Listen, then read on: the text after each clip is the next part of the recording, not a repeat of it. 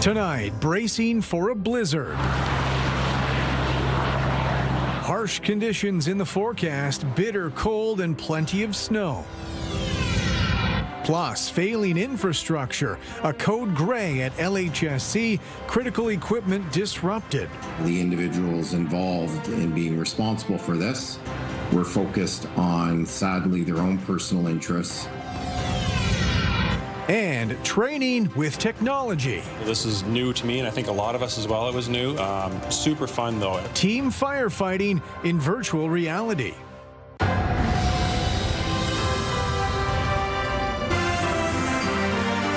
CTV News with Carlyle Fiset. Good evening. Thanks for joining us. Blizzard conditions are in the forecast for much of our region tonight, including high winds, frigid temperatures, and snow squalls. With more on the expected impact in midwestern Ontario, here's Scott Miller. It's not going to be a night where you want to be out driving, with a blizzard warning in effect for an area stretching from Exeter north to Tobermory. The concern with that is with that fresh snow and the high winds that there's going to be some whiteout conditions and drifting, which we've had here before, obviously. But tonight might be on the extreme end of bad winter weather, with 70 to 90 kilometer-an-hour wind gusts, 20 to 40 centimeters of snow, and minus 20 to 25 degree temperatures expected. Hey, listen, this is where we live. You know, we can expect some inclement weather. Prepare, plan ahead, discuss your plan with your loved ones. You know, when you set out, where are you going to go? Make sure that cell phone's charged up. Clear off all the windows on your car. Make sure you've taken the time to fill up your washer fluid. Make sure you have lots of fuel. All those basic reminders, but, you know, we still have to say it because people find themselves in situations they're not prepared. Sullivan says he really encourages drivers to consider staying home tonight due to the forecast conditions, and at minimum to check out municipal511.ca before heading out to see what roads are closed and what road conditions are out there. You can zoom in on the province. Actually, you can look at the entire province, not just our area. But it really gives you a good overview of where the bad weather is happening and where the road closures are. And then motorists can make a more, a better decision before they head out on the roads, whether that's a good idea or not. In midwestern Ontario, Scott Miller, CTV News. Meanwhile, Middlesex London Health Unit officials have extended an extreme cold weather alert. Wind chill values are expected to fall as low as minus 27 overnight. Health Unit officials say extended exposure to those conditions can be dangerous. They say the alert will be reevaluated tomorrow. A temporary overnight warming center at the Boyle Community Center will be open from 9 p.m. tonight until 9 a.m. Good evening. The OPP officer giving the best advice in the blizzard-worn areas. If you don't have to go out tonight, don't. Here on Perth, Grey and Bruce County under blizzard warnings.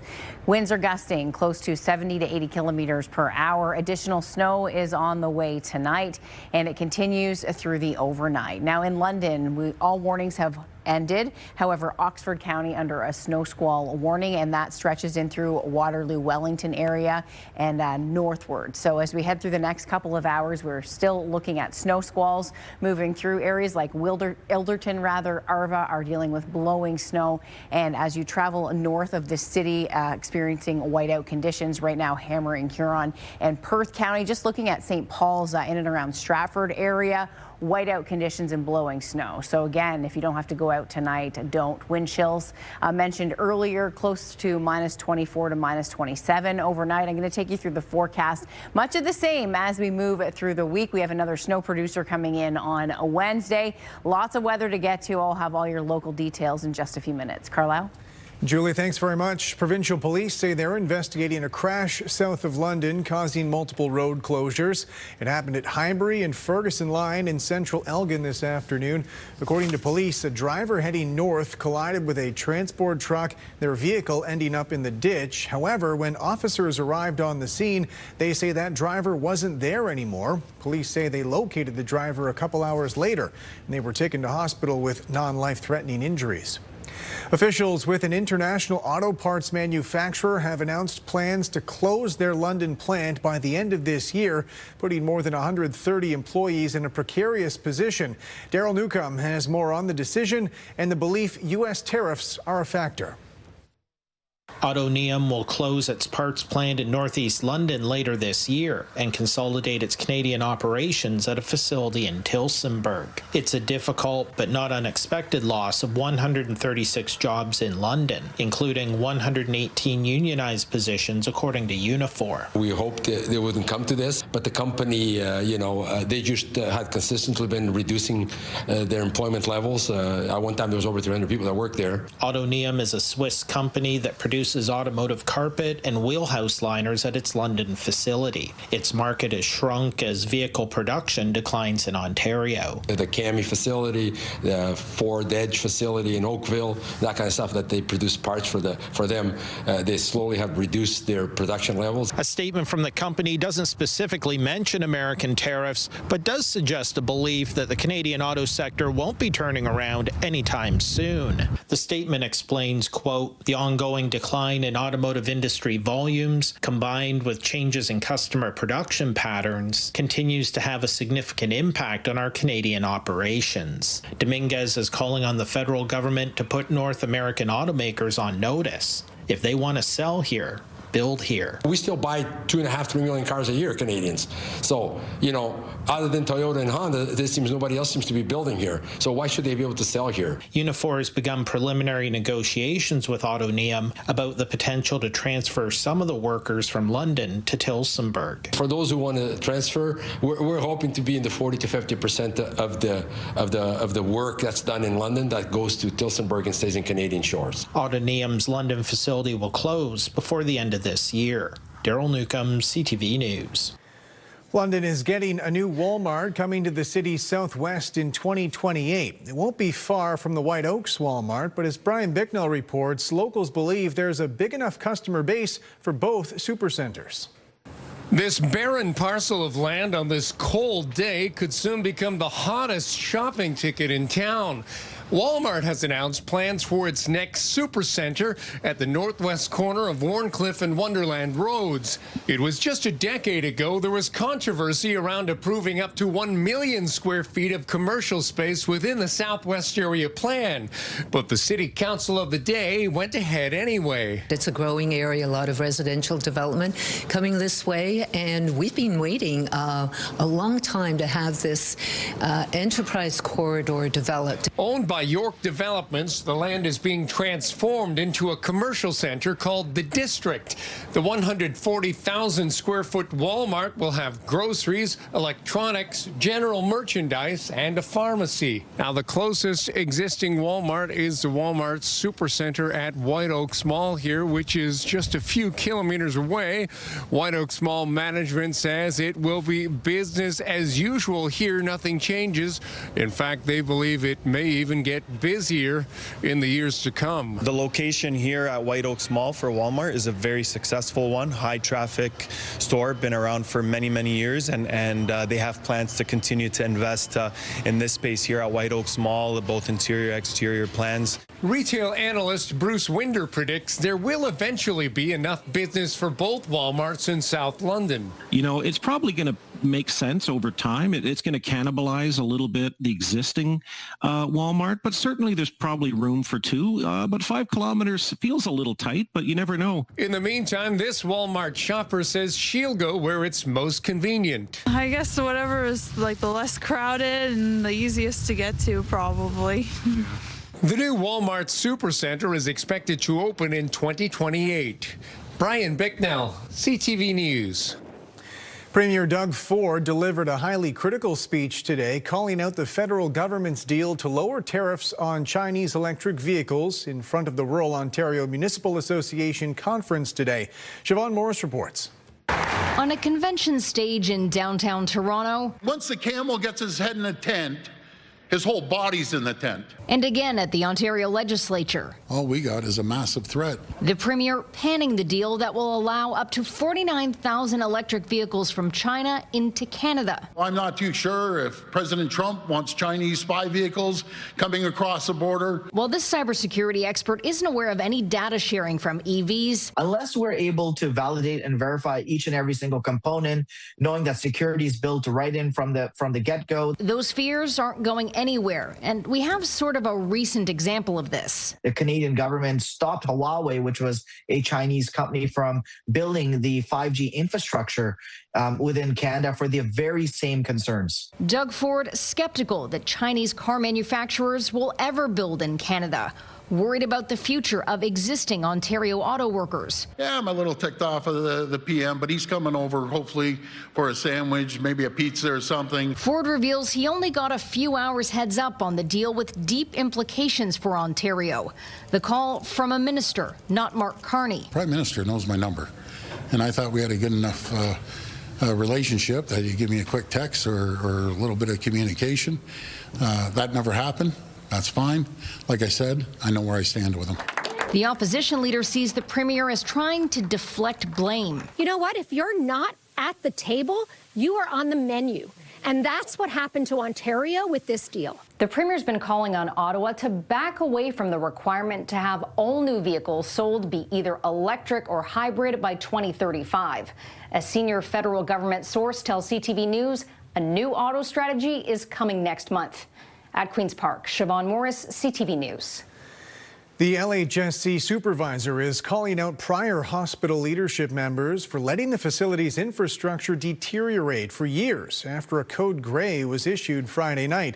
In Ontario, a code grey indicates a hospital infrastructure failure. According to the LHSC supervisor, one of the transformers went down, disrupting critical equipment like CTs and X-rays. He says the issue was resolved yesterday, but as a result, some emergency patients were transferred to other hospitals, and about 25 patients needed their appointments rescheduled. Unfortunately, for over a decade, LHSC's focus on preventative maintenance and ongoing repairs to core infrastructure hasn't been the focus. And the individuals involved in being responsible for this were focused on, sadly, their own personal interests. And as a result, these are some of the areas that haven't been maintained. Since I've come to LHSC, clearly this is one of the many foci that have looked at to try to remedy and come up with a plan moving forward. Sarnia police say 2 people were hurt in a weekend stabbing attack. According to police, they were called to a home early Saturday morning where they found 2 wounded men. They say both were taken to hospital while a suspect was found nearby and a knife was seized. Police say the suspect is a 26-year-old from Stratford who faces several charges. Strathroy-Caranock police say they've identified multiple suspects through an arson investigation from last fall. Emergency crews were called to the former Strathroy Brewing Company on November 25th. The fire was quickly extinguished. No injuries were reported. According to police, 4 minors have since been, quote, dealt with under the Youth Criminal Justice Act, with no further details provided. St. Thomas firefighters had a chance to strap into a virtual reality simulator recently for a training exercise unlike any they had tried before. Brent Lale has more on the technology redefining how first responders prepare. Command to P1. Dispatch has reported a fire on the main floor with 2 patients inside. The creators of Expert VR are hoping to change the way firefighters train. Just confirming, you've got reports of 3 victims. We never know what we're going to step off the truck to, so from fire to any different kinds of things, we can work on all these. With help from real firefighters, Drew McNeil and Evan Sittler Bates have been developing this technology for 6 years. Now they are taking it across the province. I practice anything from radio communications, suppression techniques, 360 size-ups, and a variety of other tools. This week, they were in southwestern Ontario. We also have fire and smoke showing from the Alpha Bravo corner. We don't have the luxury of having a large staff where we can take trucks out of service, nor do we have the luxury of having concrete physical training center. So that being said, this allows us to train in a classroom like this. We're a small department. We're made up of 60 personnel, and we don't want to tax them any more than we have to. We have a victim in the basement. I've never done VR before, so this is new to me, and I think a lot of us as well, it was new. Super fun, though. Our big thing is communicating, working on that and moving forward, and trying different scenarios would help. Every time we put someone in a headset for the first time, you know, we see their eyes light up, and everyone needs to get comfortable with the technology. But once they've gone through 2 or 3 times, we really see that uptick in their ability to adapt. This technology from the Niagara Falls-based company is funded by the province. They can build skills without the risk or cost of physical training. They're not wearing their bunker gear, so your senses in that regard aren't like they would be on a physical training center or event. But you are occupying some senses. It's only ever going to get better. And as it stands right now, we have benefited greatly from this training. And there are talks about buying this training device for our fire department. 3 patients extricated, fires extinguished. Brent Lale, CTV News. Coming up, Canadian troops on the ground in Greenland, the latest on the federal government's considerations under American threats. Plus, Canada's priorities ahead of the World Economic Summit in Switzerland and whether they could be disrupted by the Greenland crisis.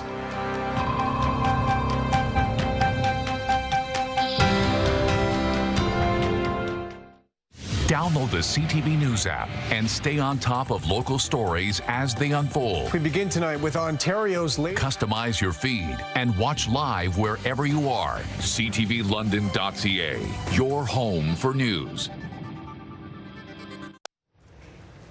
Welcome back. A senior government source has told CTV News federal government leaders are thinking about sending a small contingent of soldiers to Greenland participating in NATO training exercises. With the latest developments in Trump's takeover mission, here's Mike Lucatour. The picturesque landscape of Greenland could soon host a handful of Canadian soldiers. The members of our military would participate in training exercises with a number of European allies. They framed it as a long-planned military exercise. Canada's former ambassador to NATO says these deployments were originally planned to deter Russian action, but it could have the same effect on President Trump. Trump is taking it as a message, and perhaps, unspoken, the allies will think of that as a way of changing Trump's risk calculus. Canada's troop commitment would likely be less than the dozen soldiers Germany is sending to Greenland.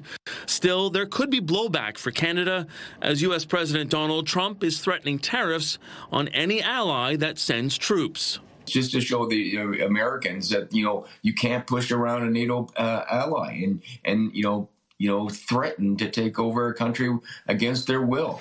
Now, to minimize the political fallout, some suggest appealing to Trump in a different way. Try to turn the tables a little bit and say, let's all be in this together when it comes to the defense of the Arctic in North America, rather than make it appear as if somehow we're marshaling a force to defend Greenland from the Americans. NBC News is also reporting Trump is complaining to aides about Canada's vulnerability in the Arctic. That's despite Canada already committing $6 billion to an over-the-horizon radar system for the far north. We have to do more in our Arctic, but we also have to be kind of calm. More important thing is to work with our Arctic allies to deter and to get ready for any threat. But the source of that threat in a rapidly changing geopolitical landscape depends on where you are in the world. Mike Lucouture, CTV News, Ottawa. Reports out of the U.S. indicate President Trump is becoming increasingly fixated on Canada and our ability to defend the Arctic. He's used that argument in his push to take over Greenland, a major topic as the World Economic Forum convenes in Switzerland. Annie Bershon-Oliver reports. The Prime Minister is one of a record 400 top political leaders in Davos for the World Economic Forum. But it's one leader who's not even there yet, Donald Trump, who is dominating the conversation and raising the tension. Prime Minister Mark Carney will kickstart his time at the World Economic Forum with a fireside chat tomorrow and a speech later in the day all about what he calls the New World Order and Canada's approach. Expect him to talk about trade and the importance of diversifying Canada's trading partner, a message he has been spreading throughout this trip. But while trade and the economy may be topics the leaders here want to talk about, geopolitics and Trump's latest tariff threats are quickly taking over. A number of the 8 EU leaders facing Trump tariffs over Greenland will be at the World Economic Forum, including French President Emmanuel Macron tomorrow, who Carney will be meeting with. Right now, there is no indication that Carney and Trump will be meeting, but the two will be in Davos at the same time. The Prime Minister has said if he runs into Trump, he will raise his concerns about Greenland and the fact that Canada stands with Denmark and Greenland. Annie Bergeron-Oliver, CTV News, Corton, Switzerland. President Trump is using national security concerns to justify backing away from imposing tariffs on critical minerals. That's in direct contrast to his reasoning for imposing tariffs on other sectors. As Judy Trin reports, that could give Canada some leverage. Tariff is my favorite word in the whole dictionary. The U.S. president wields tariffs as a weapon to boost domestic production, but Donald Trump is choosing not to impose tariffs on imports of critical minerals he deems essential to the national security of the United States. The problem you have with putting tariffs on critical minerals is that you will get less of them. In Trump's proclamation, he acknowledges that the U.S. is 100% reliant on other countries to supply 12 critical minerals and 50% reliant for another 29. The U.S. needs access to lithium, copper, cobalt, and others to build its military weapons. It wants to reduce reliance on China for the processed elements, but the U.S. doesn't manufacture enough to meet its needs. So the Trump administration says it will negotiate with G7 countries and other allies to set a base price for minerals to ensure a stable supply chain. Without a floor price, you won't be able to get these projects financed. So without a price that the government is willing to pay, parties aren't going to sign up to provide them. So they're not willing to build the plants that will produce the output if they don't know what they're going to be able to sell them for. Canada has the critical minerals the U.S. needs. There are currently 56 mines, 26 processing facilities, along with 151 projects waiting for development. Negotiating a floor price could get minerals out of the ground faster. It could also give Canada leverage in trade negotiations with Trump, because China also needs the elements to fuel its transition to clean energy. What we heard loud and clear is China is looking for reliable trading partners that don't use energy for coercion. Hammering out an agreement on critical minerals will be separate from negotiating the Canada-U.S.-Mexico trade agreement, which comes up for review in July. Judy Trin, CTV News, Ottawa. More than 100 vehicles were involved in a pileup crash this morning in Michigan. This was the scene on Interstate 196 near Grand Rapids. More than 30 tractor trailers were involved, forcing state police to close the highway in both directions. Local media are reporting about a dozen people injured, but no fatalities. Buses were shuttling people to a nearby high school for warmth while arranging alternate transportation. Today is Blue Monday, often portrayed as the saddest day of the year. There's no hard science behind the designation. The concept, though, was created by a professor back in 2005 who determined the third Monday in January was the saddest day of the year because of the weather, holiday bills needing payment, and struggles with New Year resolutions.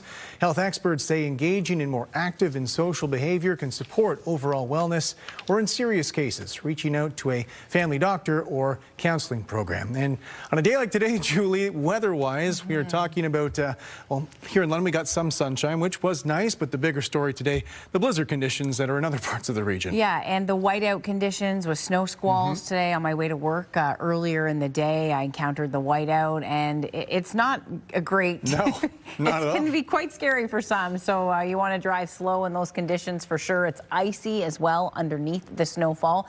Taking a look at the satellite radar, we have that classic lake effect snow situation happening over the Great Lakes. Cold temperatures and wind chills today. Our high just -8.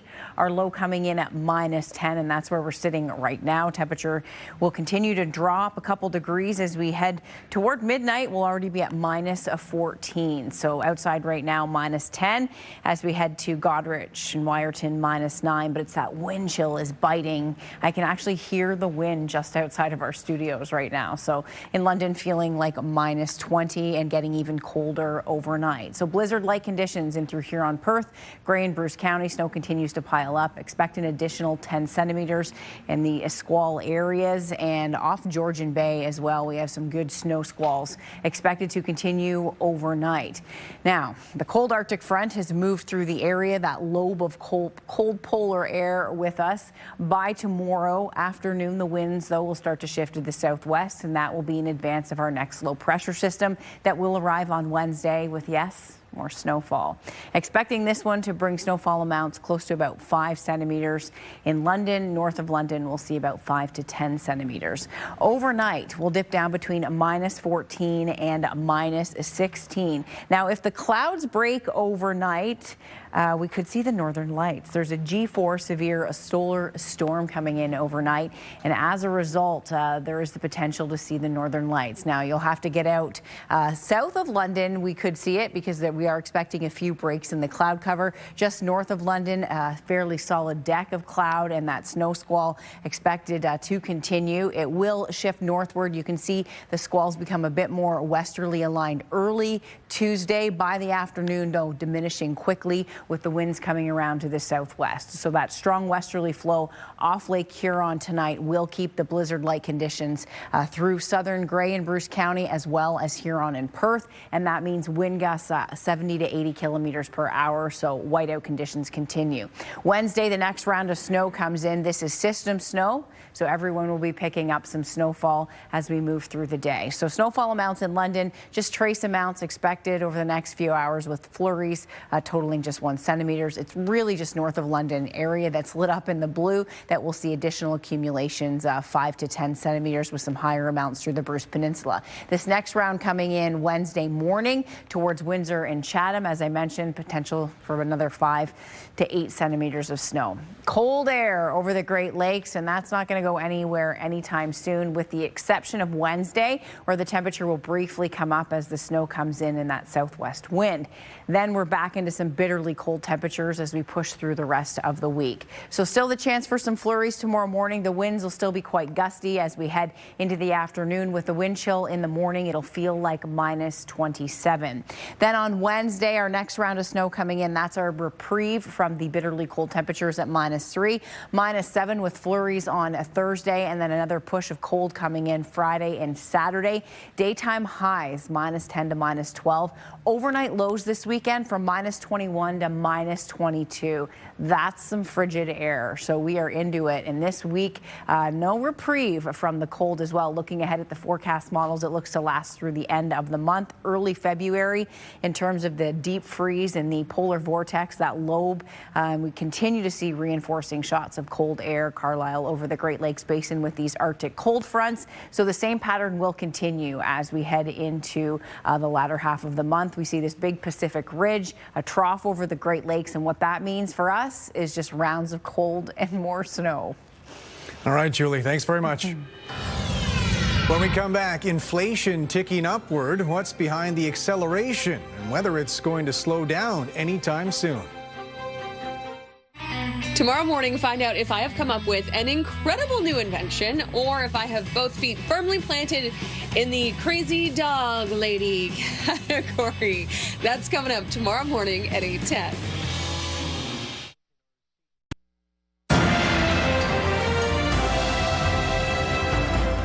The latest inflation numbers show the cost of living heading in the wrong direction, a year-over-year increase of nearly 2.5%. Part of that has to do with last year's tax holiday and serious increases in the grocery aisle. With more on the data, here's Geneviève Beauchemin. In these cookies, there's a secret ingredient. You have a passion for coffee. I'm obsessed, a little bit. Stephanie Presta started a home business, Montreal Latte Heart, combining that shot of caffeine with another passion, baking. So I infuse my cookies with my coffee, and the coffee makes the flavors really come out of the cookies.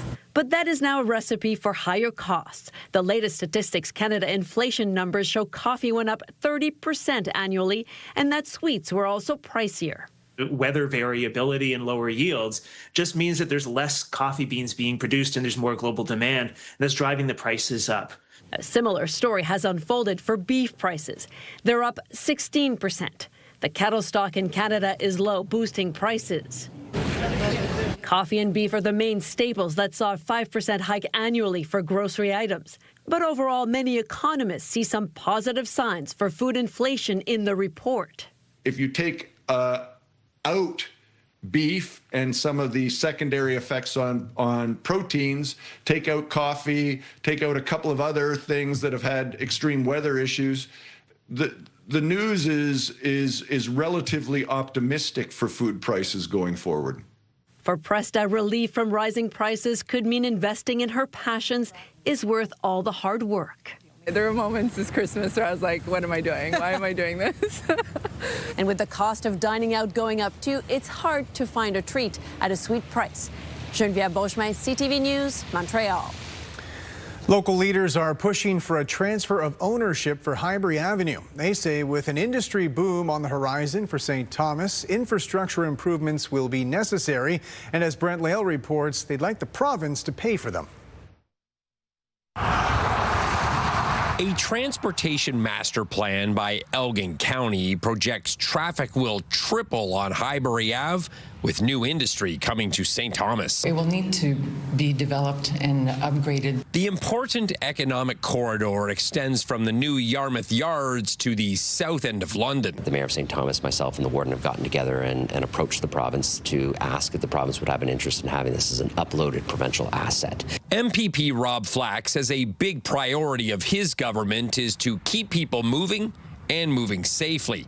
He would love the province to take ownership of Highbury Ave. I remember the Premier was here to take a look at the Power Coast site a couple of years ago when AMO was on in London, and I purposely made us turn on to Highbury, and he said, you know, Rob, this is a tough highway. I said, exactly, so it's only going to get worse. The province is currently working to twin Highway 3 leading to St. Thomas, and improving Highbury could reduce future traffic on Highway 74 through Belmont or on Wellington Road. A four-lane highway would be absolutely safer. You know, you've driven that road many times. I have too. It seems to have everything going against it, from the geography, the weather patterns also that makes it prone to, you know, snow squalls and fog. And so we absolutely need a safe, practical road. Municipalities often complain about the province downloading. However, there are recent examples of uploading roads like the Gardner and Don Valley Parkway in Toronto and Highway 174 in Ottawa. Having it as a provincial asset not only takes that capital asset off of our books as well as the ongoing maintenance of it,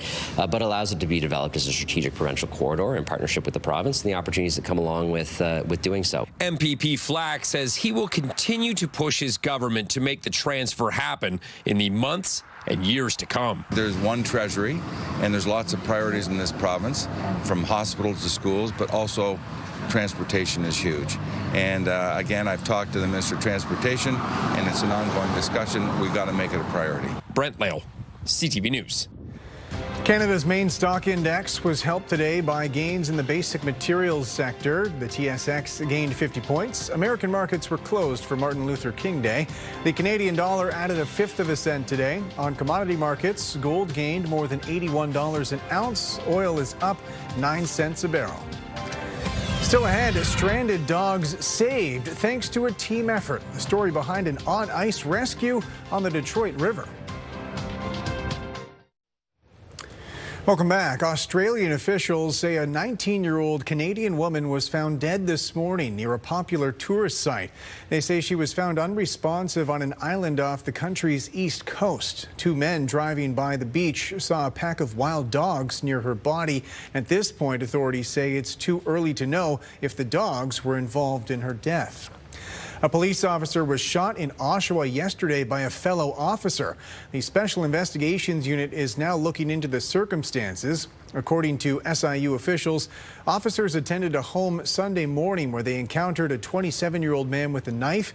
They say one of the officers fired their gun multiple times, shooting the man with the knife and one of the other responding officers. According to the SIU, both the suspect and the officer who were shot will survive.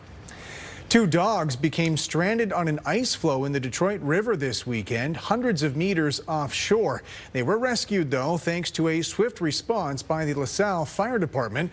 With more, here's Sanjay Maru. After photos circulated on social media showing two dogs stranded on a patch of ice in the Detroit River, emergency services responded. LaSalle Fire could see the animals, but getting to them was more of a challenge. So emergency crews turned to a reliable source for help. We have a close relationship with LaSalle Fire. We've worked with them many times over 45 plus years. So if they need something, they can always call us. Jude Mead of J&J Marine says the fire department was in need of backup. He was in possession of an airboat capable of better traversing through heavy ice, allowing LaSalle Fire to reach the dogs quicker. Together, they were able to travel a few kilometers north to get to the animals. They were just a little scared because they don't know any of us. So then eventually they kind of warm up to the idea and they want to get off the ice and they come in. The dogs were pulled into Mead's airboat, and once on land, the two cold canines were brought to the Lakeshore Dog Pound, where officials are hoping their owner will pick them up. They were reviewed by a vet over the weekend before they got to the Lakeshore Dog Pound, so a clean bill of health. I just got back from the dog pound. The dogs seem to be in good health, good shape for what they went through over the weekend. It's not clear how the dogs ended up stranded on the ice. As for Mead, he says he's no hero and just wants people to know he was there to help fire officials however he could. They were the ones that received the call. They're the ones that located the dogs. They're the ones that pretty much told us where the dogs were. So we just jumped in the airboat and went out there and assisted them. Sanjay Maru, CTV News. Students at a London high school are getting hands-on experience for a potential career. Lauren Stallone reports. For these students, high school isn't just about grades, but also about mastering the perfect fade. I've learned how to cut hair really nice and lots of other skills. Westminster Secondary School has introduced a new barbering course, the first of its kind at Thames Valley District School Board. So many of our students that attend Westminster, they have a really big interest in barbering. A lot of them are doing it already at home. I watched a couple of videos on YouTube. It seemed really interesting. I felt like I want to try it. I tried it, practiced a little bit on my brothers. Students begin by practicing on mannequins before moving on to real haircuts. This offers hands-on experience that prepares them for a career in the hairstyling industries. So we focus first on proper haircutting techniques, obviously using our clippers, our trimmers, fading techniques. Westminster students can book free appointments with the barbering class, creating a unique experience for both the student behind the chair and the client in it. So you can do anything, basically anything you want, make mistakes, but at the end of the day, you're gonna still be learning from your mistakes. Every shave marks more than a finishing touch. It marks the beginning of a career. Do you think that's something that you would do in the future? Probably, yeah. Yeah, there's a good chance. Lauren Stallone, CTV News. Thank you to Sandra and Germ Weymouth for this photo. Germ is out doing the snow blowing in Byron. He often does it for his neighbors as well. But you can see he's wearing shorts. Sandra says he wears shorts through most of the winter, but you may want to ditch the shorts and grab the snow pants. With the forecast tonight, the wind chill feeling like minus 25 to minus 27. We have another snow producer on the way Wednesday, and flurries in the forecast as we move through the rest of the week. Spain's prime minister has declared 3 days of mourning over a high-speed train crash that killed at least 39 people and injured more than 150 others. The crash happened in the country's south. A train derailed, jumping onto a track on the opposite direction, slamming head-on into an oncoming train. Spain's transport minister has called it a truly strange incident with no official cause yet determined. Canadian farmers on the prairies are expressing relief after last week's trade deal announced with China dropping tariffs on canola. However, as Alison Bamford reports, there are still challenges ahead in the ag sector.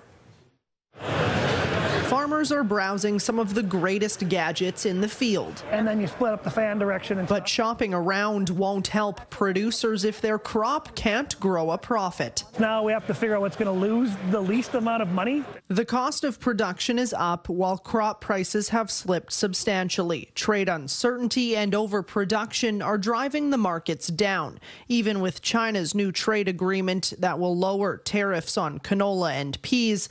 Losses on other crops like wheat, lentils, and barley could be huge. It could easily be $100 an acre. And $100 an acre on 10,000 acres is pretty easy math at $1 million. Misery loves company. Those coming off an above-average crop year plan to cut production costs just to break even if market prices stay the same. It's not going to be easy, that's for sure. For producers in the Southwest who've faced consecutive droughts, crop write-offs, and dwindling insurance payouts, another bad year could break them. Young growers are just going to leave because if guys are just starting to get into it, there's no hope for them. Current data shows abnormally dry and moderate drought conditions in the southwest corner, but there's hope in the weather forecast. A La Nina is expected to bring cooler, wetter conditions that could last until spring. We're in a much better position than we have been for a while. As always, the weather will be a big question mark, but if global trade uncertainty is resolved, farmers say they might have a chance to break even or turn a profit this growing season. Alison Bamford, CTV News, Saskatoon. Prince Harry's legal battle against British tabloids has entered the final round. The Duke arrived at London's High Court today, where his lawyer accused the Daily Mail of engaging in unlawful information gathering for 2 decades, leaving the prince distressed and paranoid. The trial is expected to last 9 weeks. Daily Mail representatives deny the allegations, arguing the claims are based on weak inferences. Australian officials say a 12-year-old boy is one of 3 people recently attacked by a shark. He's in for the fight of his life now, and the actions of emergency services yesterday gave him that chance. It was a horrendous scene at the time when police attended. We believe it was something like a bull shark that attacked the lower limbs of that boy yesterday. They say the boy was attacked by a bull shark and he was pulled out of the water by his friends. There were 3 reported shark attacks near Sydney in a span of 26 hours. A man in his 20s is in critical condition, while an 11-year-old escaped with only damage to his surfboard. London's top stories. We have breaking news tonight out of Ottawa. The latest in the breaking news alerts. I'm tracking an area of severe weather. It'll start. And watch live. A development now to a story from City Hall we brought you. Download the CTV News app. Welcome back. A military museum in New Brunswick is earning a reputation for its growing collection just a few years after first opening its doors. With more on the pieces considered priceless memorabilia, here's Avery McRae. The Carleton County Military Museum may be small, but what it lacks in size, it more than makes up for in priceless war artifacts, including its latest addition. Dad belonged to the Woodstock, New Brunswick 26th Battalion. Roger Way's father, Burns Way, fought for Canada in the latter half of the First World War. He served as a sniper in the trenches and even survived a bayonet stab, according to his son. I would have to say maybe he felt like he lived a lifetime, actually, in the rigors and the horrors of the war. The uniform has been in his possession for more than 50 years, but now at the age of 83, he wanted to ensure it would be well kept well after he's gone. It'll get a lot more coverage by being here than it would be in somebody's perhaps closet. Museum owner and operator Aaron Boma says the uniform itself is in mint condition and is thrilled to add what he says is a priceless artifact to his space that only opened in 2023. I'm also on the autism spectrum, so being an autism advocate, it's important to, nurture your special interests. His museum, which he plans to expand, is a collection of artifacts he has built and collected, but a great number of these historic relics came to him just like Way's uniform, by donation. This is a community project, and without the community, it wouldn't be as great as it is. Our history is important, and if we don't showcase it, if we don't preserve it, we could lose it. But through the museum's work, that history won't be lost through time, and that now includes the story of Burns Way. Ava McRae, CTV News, Jacksontown, New Brunswick. And finally tonight, a wish come true for a young Maple Leafs fan. Through a Make-A-Wish program, he was able to meet his favorite player and present him a special gift he designed himself. Raheem Ladani reports. This is the moment Liam has been working towards for over a year, hanging out with his hockey idol, Toronto Maple Leafs captain Austin Matthews. I was very excited and happy to meet him for a second time. I know he's been dreaming of this moment for a really long time. Austin Matthews is incredible. It's his hero. You see, Liam loves hockey. He gets on the ice whenever he can, though it's sometimes challenging living with cystic fibrosis. He was first diagnosed with the respiratory disorder at 3 weeks old. At the time, we had no clue that we were carriers of it, so it was really scary for me. But I mean, as you can see, he's grown up to be an amazing little boy. And Dina's amazing 10-year-old is also selfless. And this is where Make-A-Wish Canada comes in. Known for creating life-changing wishes for children diagnosed with critical illnesses, the organization asked Liam what he wants. But instead of a vacation or a new toy, Liam wished for the chance to design custom skates and stick for the Leafs captain. It just reminded me of Austin Matthews, and I wanted to be like him one day. His heart is so full. He would literally give you the shirt off his back. So it doesn't surprise me that he wanted to do something special for his hero, Austin. With the help of a custom designer from Calgary, Liam drew some of Matthews' favorite things. The Toronto Maple Leafs, Austin Matthews' dog, and Carlton the bear. I was supposed to use them as inspiration.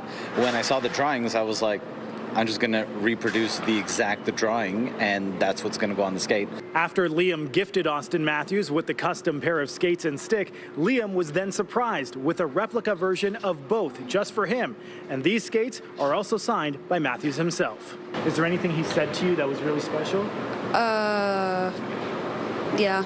He'll try to get as much goals as he can possibly for me. And as Matthews tries to follow through on his promise, he'll be keeping Liam's favorite saying in mind. Never give up. Raheem Ladani, CTV News. That's it for us. Thanks for watching. For your latest local headlines, you can always head to our website. I'm back tonight with your late news at 11. Bye for now.